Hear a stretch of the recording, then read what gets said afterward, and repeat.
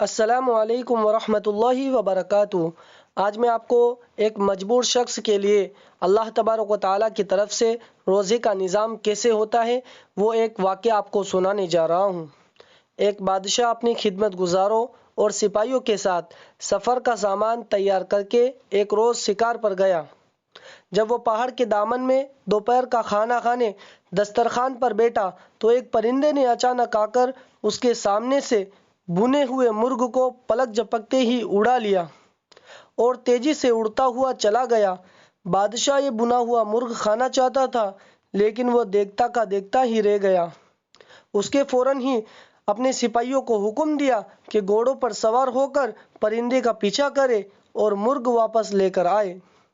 فوراً ہی لشکر روانہ ہو گیا، یہاں تک کہ پرندے کا پیچھا کرتا ہوا پہاڑ کے دامن میں جا پہنچا، اور اس کے بعد جب سپاہیوں نے دیکھا کہ پرندہ پہاڑ کی دوسری جانب جا چکا ہے تو فوراً ہی سپاہی گھوڑے سے اتر گئے اور پہاڑ کی بلندی پر پہنچ گئے۔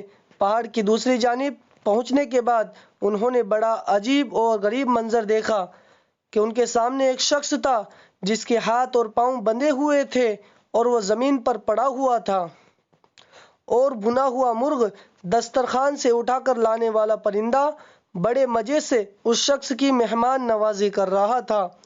وہ پرندہ اپنی چونچ سے گوشت نوچ نوچ کر اس شخص کے منہ میں ڈال رہا تھا، اور اس کے بعد وہ اڑا اور کہیں سے اپنی چونچ میں پانی بھر لایا، پھر اس کے بعد یہ پانی اس شخص کو پلا دیا۔ سپاہی اس شخص کے قریب پہنچے اور اس کے ہاتھ پاؤں کھول کر پوچھا کہ یہ کیا ماجرا ہے؟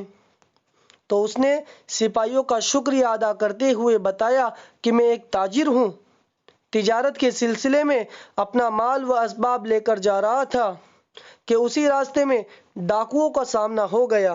وہ میرا مال لوٹ کر لے گئے۔ وہ چاہتے تھے کہ مجھے قتل کر دے، لیکن میں نے ان سے التجا کی کہ وہ مجھے جان سے نہ مارے۔ وہ کہنے لگے ہمیں اس بات کا ڈر ہے کہ تم کسی طرح آبادی تک پہنچ جاؤ گے، اور اس کے بعد ان لوگوں نے مجھے اور میرے کھچر کو باندھ دیا اور چلے گئے۔ پھر دوسرے دن یہ پرندہ میرے لیے کہیں سے روٹی لے کر آیا، اور آج یہ بنا ہوا مرغ لے کر آیا ہے۔ روزانہ 2 مرتبہ یہ پرندہ میری مہمان نوازی کرتا ہے۔ بادشاہ کو جب اس بات کا علم ہوا تو اس کی زندگی میں انقلاب آ گیا۔ وہ کہنے لگا کہ افسوس ہے ہم پر کہ ہم ایسے خدا کی خدائی سے غافل رہ رہے ہیں جو اس انداز سے اپنے بندوں کو رزق پہنچاتا ہے اور اپنا نظام چلاتا ہے۔ یہ کہہ کر بادشاہ نے اپنی حکومت سے کنارہ کشی کر لی اور اپنے زمانے کا عابد و جاہد شخص بن گیا۔ اللہ تبارک و تعالی ہم سب کو بھی اس واقعے سے نصیحت حاصل کرنے کی توفیق عطا فرمائے، اور ایسے ہی دلچسپ واقعے سننے کے لیے ہمارے چینل کو سبسکرائب ضرور کریں اور اس ویڈیو کو زیادہ سے زیادہ لوگوں تک شیئر کریں۔ السلام علیکم ورحمۃ اللہ وبرکاتہ۔